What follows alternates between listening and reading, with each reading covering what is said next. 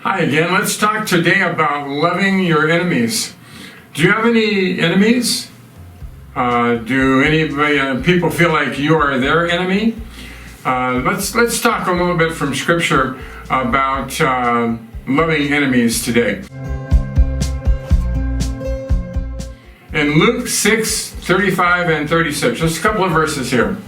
Give me 2 or 3 minutes here and let's talk about enemies a little bit. It says this, Jesus speaking, "But love your enemies and do good, and lend, expecting nothing in return, and your reward will be great, and you will be sons of the Most High, for he himself is kind to ungrateful and evil men. Be merciful, just as your Father is merciful." Oh my. Jesus, in his own words, in his word, is admonishing us about love, generosity, and mercy, just in these 2 brief verses. He promises reward, and he says that we should be like him, like his sons and daughters ought to be. He even describes who we should love.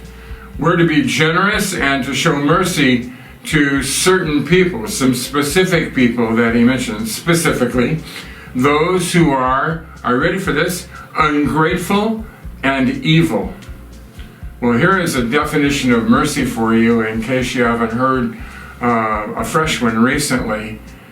Mercy is not getting what you deserve. And here's one for grace also.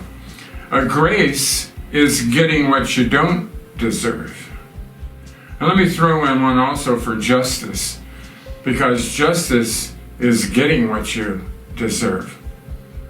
Well, that puts a new spin on everything, doesn't it? Let that settle in just a little bit. Right now, I'm swallowing hard. How about you? Because of words and thoughts and deeds, my friends, we have much to confess when it comes to this idea about our so-called enemies. Much to be forgiven of in my own life, much to forgive. Love really is the answer, and he, Jesus, is love.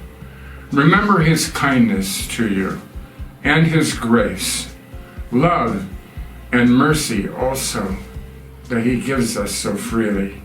And before you speak or act or even think, as you are loving your enemies, and I'm going to try to do a better job of loving mine, also pray for their health and well-being and salvation if they need it.